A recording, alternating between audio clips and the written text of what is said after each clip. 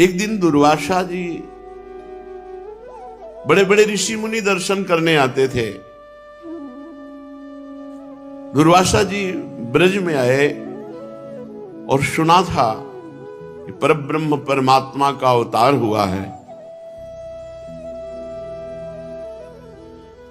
सोचा एक बार दर्शन करो परब्रह्म परमात्मा के, जिनका मैं निरंतर ध्यान करता रहता हूं। मैया का वही क्रम, लाला को पवाना, लाला का क्रम खेलने जाना। जरा सा नजर की ओट हो जाए तो मैया ऐसे तड़पने लगती जैसे मछली जल से बाहर कर दे। ये चंचल राम बलराम ब्रज में अब सखाओं के साथ दूर दूर तक खेलने जाने लगे। श्री दामा, शुबल, बसंत, कडार, अर्जुन आदि समवयस्क सखाओं को लिए ये बहुत दूर यमुना पुलिन तक चले जाते।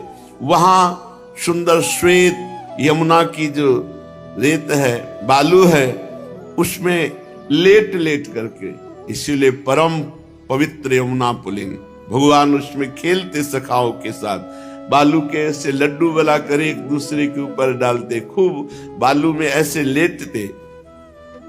श्री कृष्ण और बलराम पास में ही कदम्ब कुंज, अशोक कुंज, इनमें कभी छुपा छुपी का खेल खेलते। बड़ा कोलाहल कालिंदी परिसर में सखाओं के साथ लालजू महाराज कर रहे हैं। दुर्वासा जी आए तो देख रहे हैं कि बालू के लड्डू बनाकर एक दूसरे के ऊपर भर भर करके मार रहे हैं।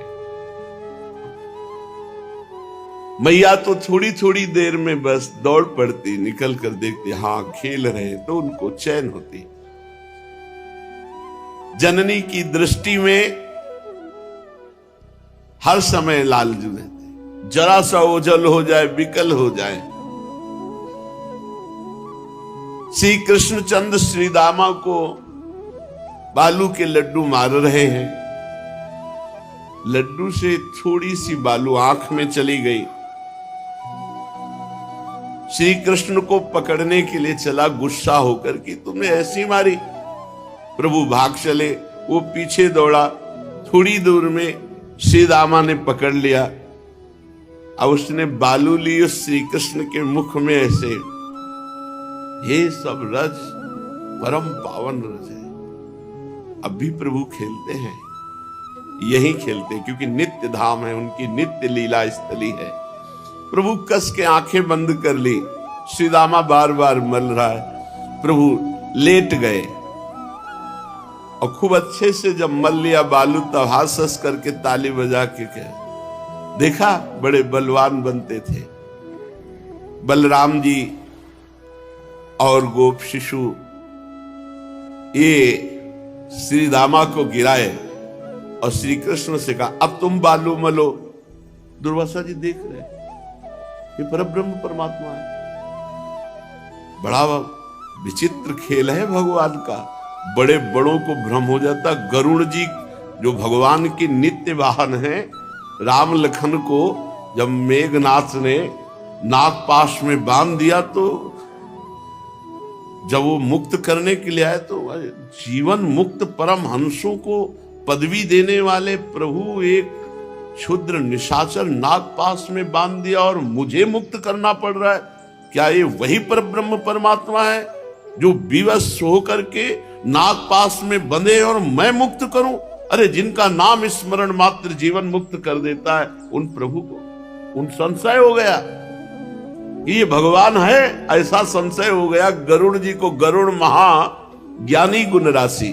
दुर्वासा जी देख रहे, श्री कृष्णचंद्र जी की भोली लीला है, बाल लीला है। ये परात्पर स्वयं भगवान श्री कृष्ण है। विस्मित हो गए। धूलि धूसर सर्वांगम वक्रकेशम दिगंबरम धावंतम बालकै सार्धम हरिम वीक्ष सविस्मिता। गिरा गिरा के बालू लगाए हैं ना सब। धूलि धूसर सर्वांगम, वो बड़े खिन्न से खड़े। जब दाऊ दादा ने श्री दामा को पकड़ के गिराया, फिर ये लगा।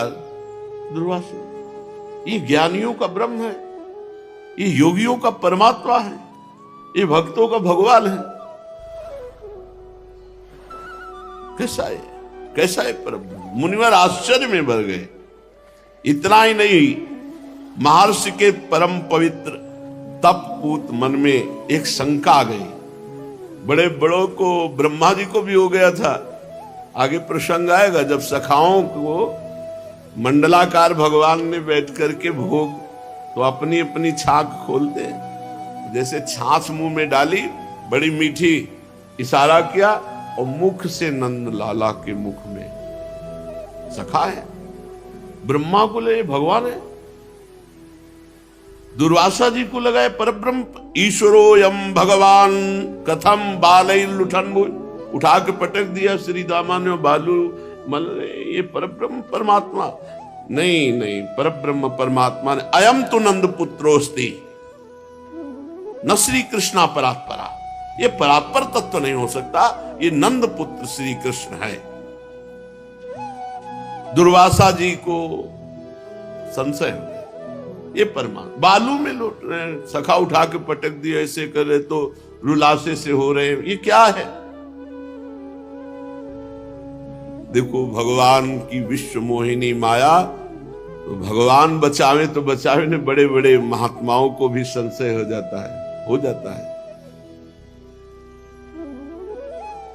अब संशय के झूले में इतने झूल गए कि पक्का हो गया कि नंद लाला है, परात्परीश भगवान नहीं।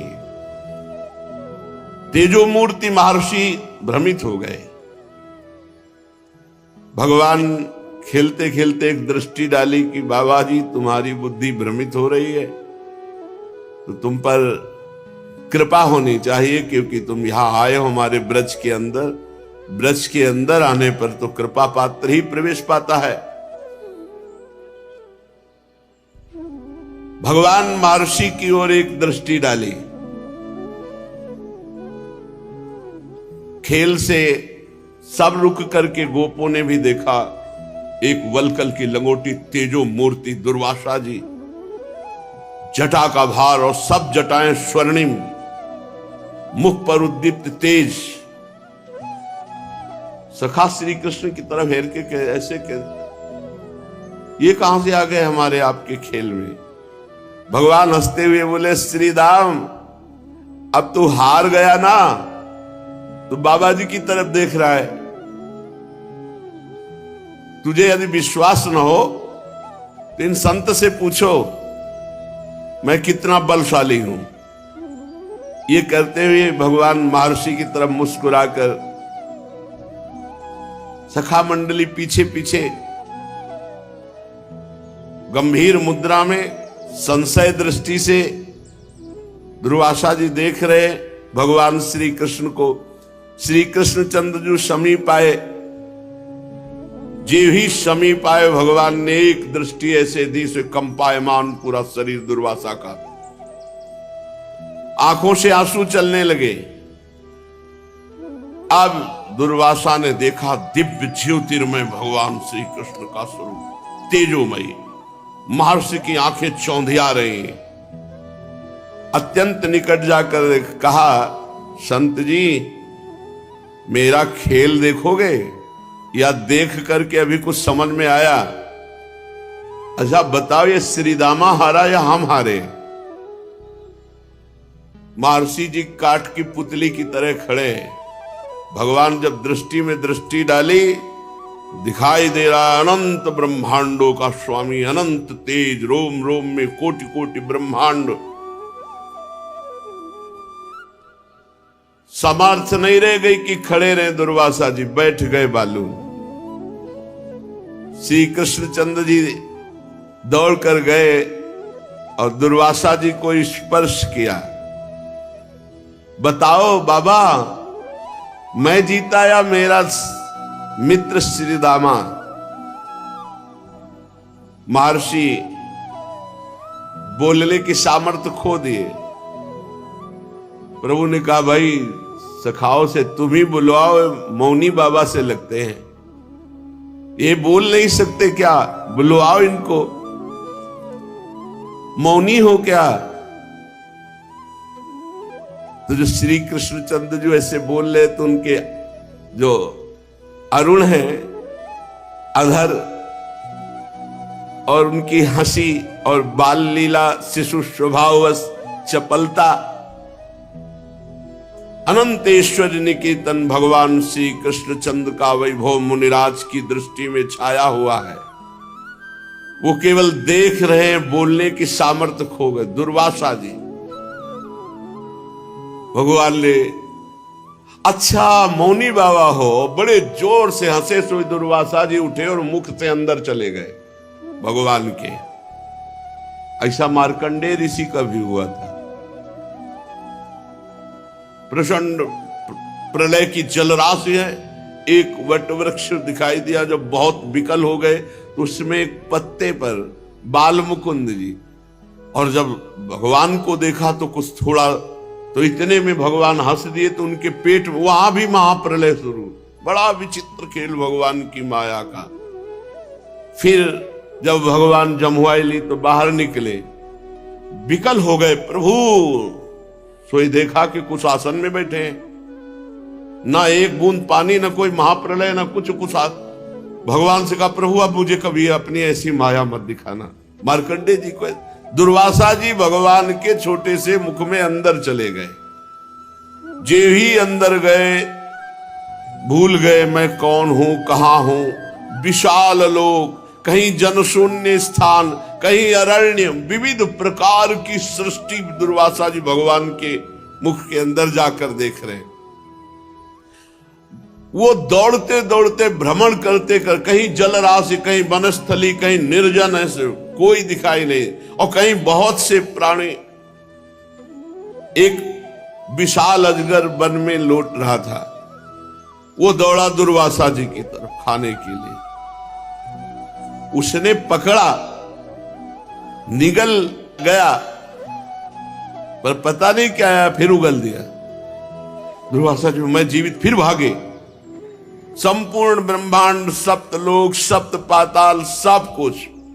ओह, भ्रमण करते करते श्वेत पर्वत पर पहुंच गए, और वहां सोचा कि मैं तपस्या करूं जिससे पुनः मैं जहां था वहां पहुंच जाऊं। तप करते करते न जाने कितना समय व्यतीत हो गया। 7 कोटि वर्ष हो गए, 7 कोटि, 100 करोड़। प्रलय उपस्थित हुआ, सागर की उत्ताल तरंगे सबको डुबो दिए। कहीं स्थल रहा नहीं, जल ही जल, महान जल। उस जल में दुर्वासा जी डुबकी लगा रहे। फिर धीरे से एक तरंग उनको किनारे लाई। 1000 युग बीत गए उस जल में। 100 करोड़ तो बीत गए तपस्या, 1000 युग ऐसे। फिर एक तरंग घसीटी तो बीच में ले गए, फिर वो उसी जल में डूब रहे हैं। कभी होश आता है, कभी बेहोश हो जाते हैं, सब कुछ जल में। फिर एक छिद्र दिखाई दिया, उस छिद्र में प्रवेश किया, वहां गए तो बड़ी दिव्य सृष्टि। ये स्थान कौन सा है? इस ब्रह्मांड के शिरोदेश में अवस्थित लोक कौन सा है?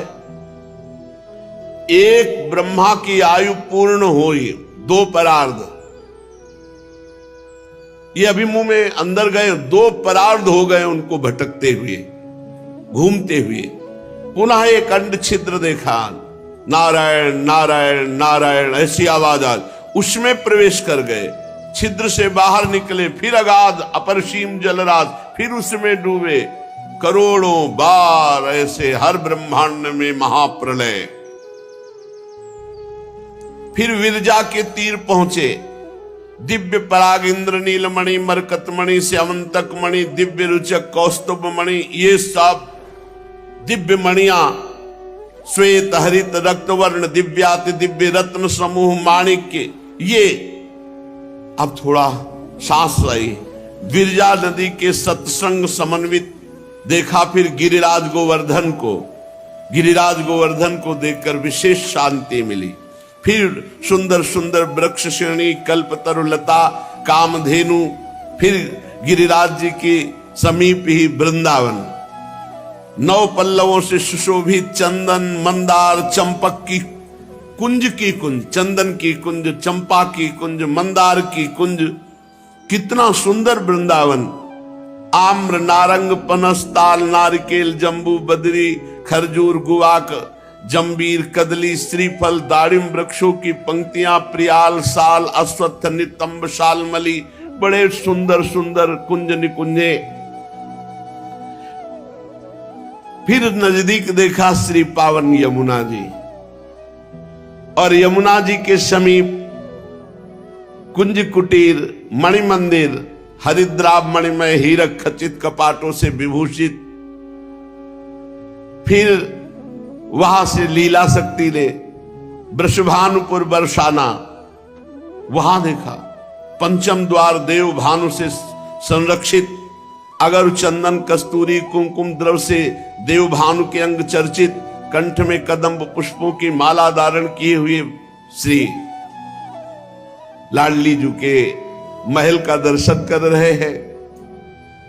वृषभानु जी की शोभा, महल के द्वार पर पुष्पों का तारण, बड़ा सुंदर महल, बड़े सुंदर सुंदर पल्लवों से सुशोभित, बड़ी सुंदर सुगंध आ रही है, बड़ी सुख मिला दुर्वासा जी को। 12 त्रयोदश पंचदश षोडश ऐसे द्वार हैं, और सब में कोटि कोटि गोपांगनाएं महलों में सेवा में लगी हुई हैं। असंख्य कोटि सूर्य एक साथ उदित हो, ऐसी एक महल की शोभा है। उस महल को देख करके जब उनकी दृष्टि गई तो देखा अनंत बिजलियों की कांति, विश्व मोहन सौंदर्य।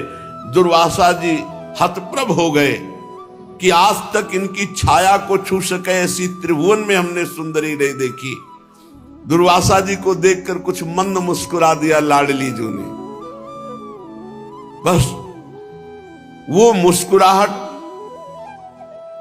अनंत ब्रह्मांडपति गोलोकपति के मुख से प्रवेश जो किए हुए थे दुर्वासा जी, उनके हृदय पर। अभी श्री जी के रूप सौंदर्य का पान ही कर रहे थे कि अचानक बाल गोविंद के मुख से बाहर आ गए।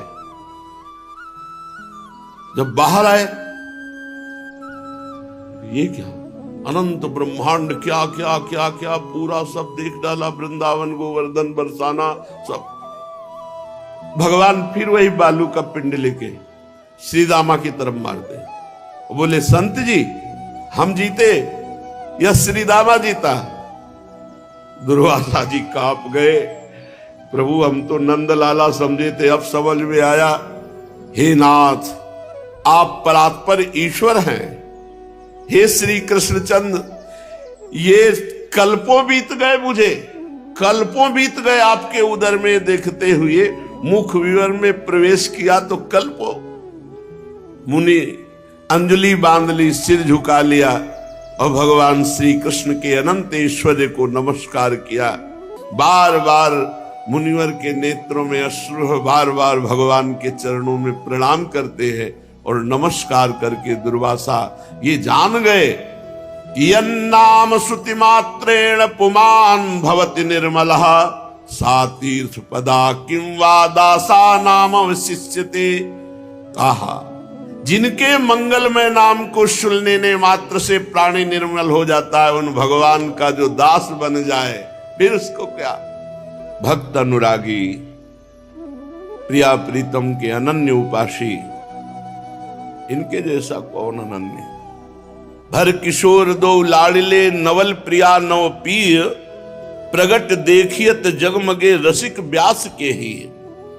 कहनी करनी करि गयो एक व्यास इहि काल, लोक वेद तज कै भजे श्री राधा वल्लभ लाल। परम अनन्य हरिराम व्यास जी का जन्म मार्गशीर्ष कृष्ण पंचमी को हुआ, इसीलिए उनका जन्म उत्सव है। ओरछा बुंदेलखंड के एक बहुत उच्च कुल सनाड्य ब्राह्मण परिवार में हुआ था। इनके पिता का नाम श्री सुमोखन शुक्ल था। तो ये श्री सुमोखन शुक्ल के पुत्र थे। माता का नाम श्रीमती पद्मावती देवी था। हरिराम व्यास जी ओरछा नरेश परम भागवत श्री मधुकर शाह जी के राजगुरु पद पे रहे। वेद पुराण कंठस्थ थे, मानो मूर्तिमान सरस्वती जिह्वा पे विराजमान हो। हरिराम व्यास जी के अद्भुत पांडित्य, कोई टिकता नहीं था शास्त्रार्थ में। पांडित्य इस कोटि का कि सामने वाला विद्वान चकरा जाता था। परंपरागत विद्वान, इनके पिता अद्वितीय विद्वान थे, वही संस्कार अंदर इन्हें शास्त्रार्थ में कोई पराजित नहीं कर पाया था। जब कोई व्यक्ति इनके पास शंका लेकर आता तो शास्त्रों के आधार पर तार्किक ढंग से उसकी शंका का समाधान कर देते। इसलिए सब लोहा मानते थे इनकी विद्वता का, हरिराम व्यास जी की।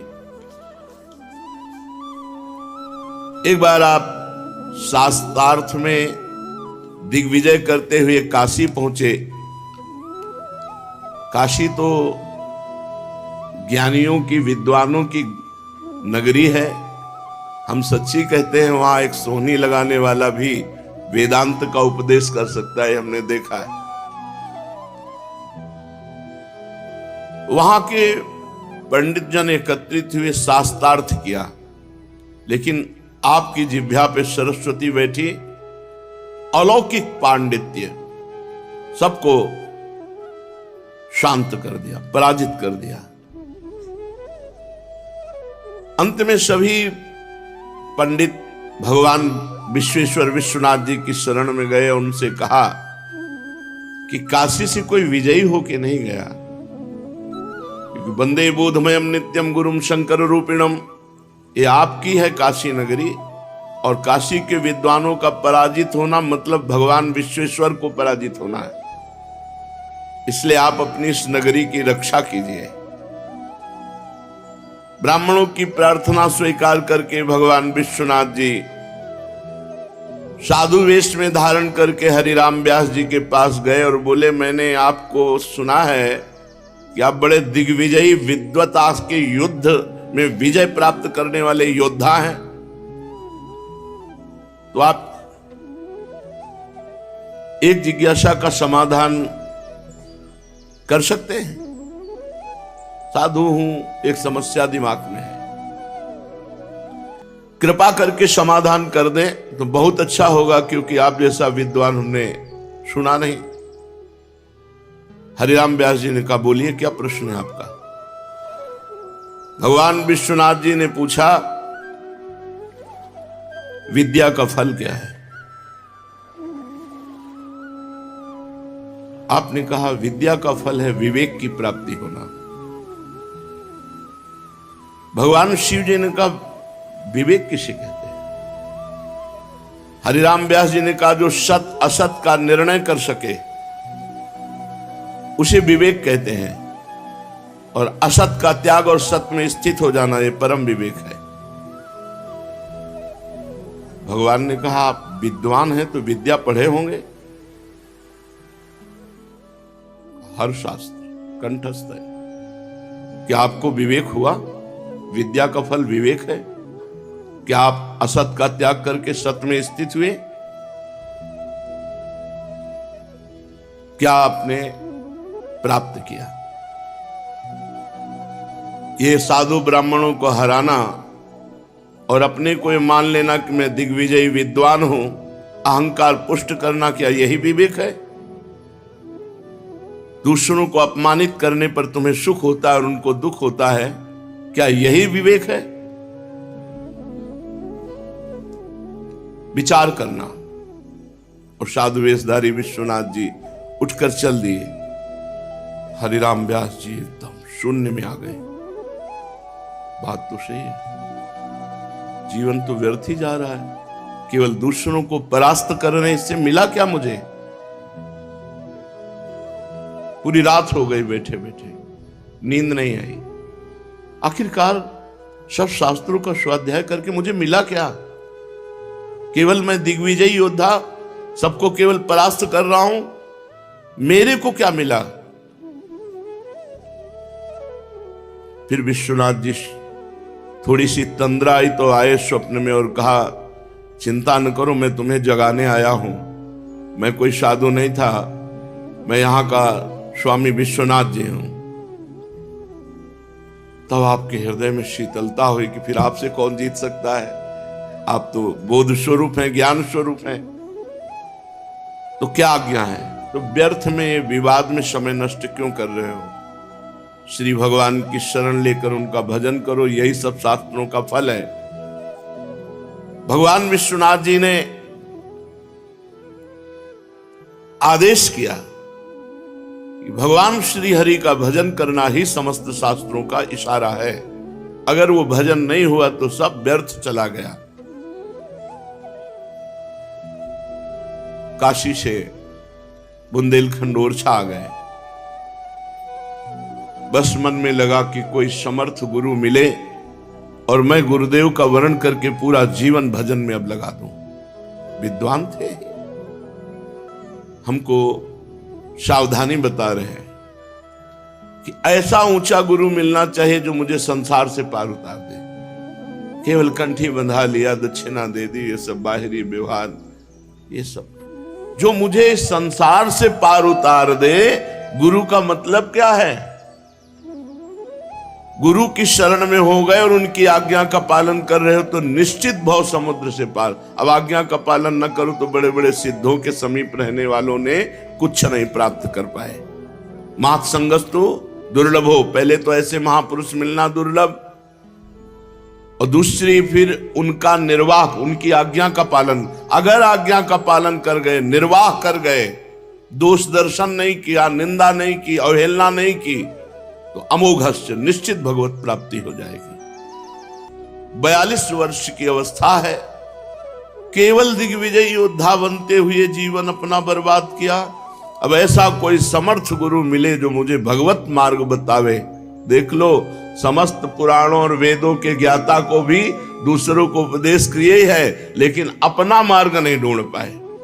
इसीलिए देवर्षि नारद जी, बड़े बड़े महापुरुष, बिना गुरुदेव के इस भव समुद्र से पार होना चाहे जितना, तभी का चाहे शिव बिरंच सम होई।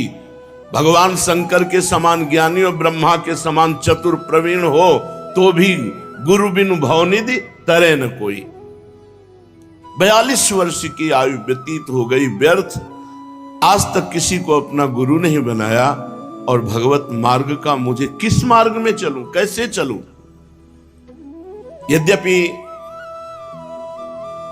रामानंद स्वामी, कबीरदास जी, रैदास जी, धन्ना जी, इन सब महापुरुषों का सानिध्य, दर्शन, तो ये चयन नहीं कर पा रहे थे कि किसको गुरु बनाऊं, क्योंकि हृदय में प्रेरणा होनी चाहिए। ऐसे नहीं किसी का प्रवचन सुन के गुरु बना लिया जाता।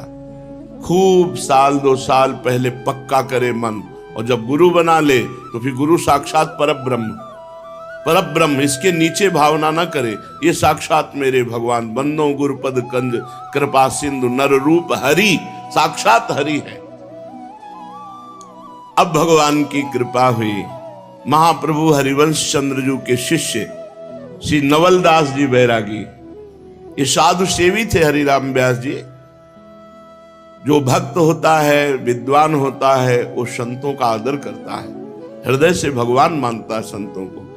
भगवान ने भी आदेश किया है, सातों समूह में जग देखा, मोते अधिक संत कर लेखा।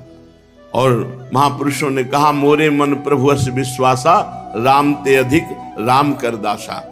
ऐसा ही भाव हरिराम व्यास जी के हृदय में था। नवलदास जी हरिवंश महाप्रभु के विरक्त शिष्य हैं। आचार्य चरण की जिस पर कृपा हो, भरपूर छके हुए महापुरुष हैं। ज्ञान, वैराग्य, प्रेम, भक्ति, नित्य विहार, सबसे छके बड़े बड़े महापुरुषों को उपदेश किया नवलदास बैरागी जी ने। सेवक जी महाराज, चतुर्भुज दास, ये सब नवलदास बैरागी जी की कृपा से ही महाप्रभु हरिवंश चंद्र जो बनचंद महाप्रभु की शरण में हुए। सदैव प्रिया प्रीतम नेत्रों में बसे हैं जिनके, उन महापुरुषों का दर्शन संभाषण कैसे खाली जा सकता है। नवलदास जी बैरागी ओरछा पहुंचे क्या, पहुंचाए गए। जब प्रबल गुरु की इच्छा प्रकट हुई तो गुरु ने भेजा अपने जन को। तभी हरिराम व्यास जी कहते हैं, राधे जू चरण शरण मन दीनो, श्री हरिवंश बतायो। हम तो सोयो हो तो विषय मंदिर में, हित गुरु टेरी जगायो। वृंदावन से नवल बैरागी को भेज करके जगाया, कहां सो रहा है। हरिराम व्यास जी तेज देखते ही नवलदास बैरागी को, नेत्र देखते ही, नेत्र प्रेम घूर्णित नेत्र, जल भरे हुए नेत्र, साष्टांग दंडवत किया, चरण पखारे। बैरागी संत हरिराम व्यास जी ने उनकी सेवा की, आतिथ्य स्वीकार किया और कहा कुछ दिन यही हमें सानिध्य का सौभाग्य दीजिए। नवलदास जी विराजे। प्रातःकालीन बेला है, ये हमारी पद्धति है, जिससे अपने यहां मंगला होती है। अगर हम ठाकुर जी साथ नहीं लिए हैं तो भाव में हम अष्टयाम करते हैं।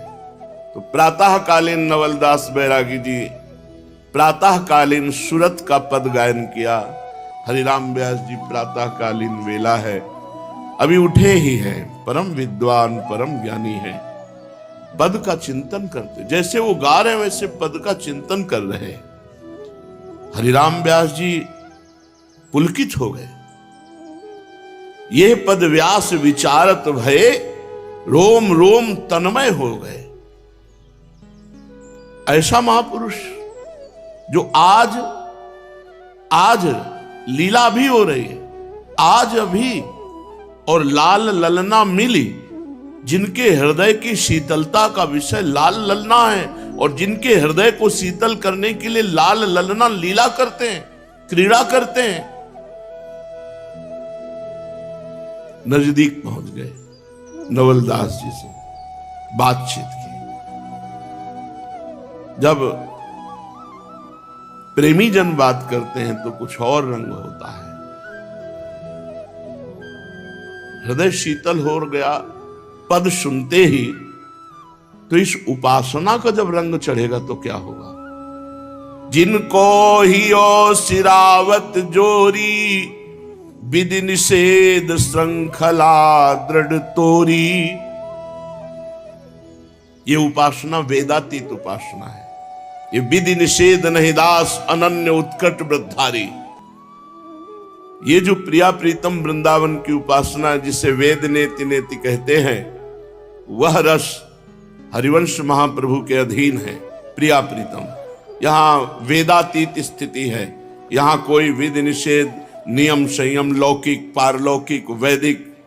सुंदरदास जी भी जब प्रेम की व्याख्या करते हैं तो कहते हैं, न लाज तीन लोकन की, न वेद को कहो करे, न शंख भूत प्रेत की, न देव जच्छते डरे, सुने न कान और की, द्रवे न और इच्छना। ये प्रेम लक्षणा भक्ति का स्वरूप। फिर ये तो नित्य विहार रस है।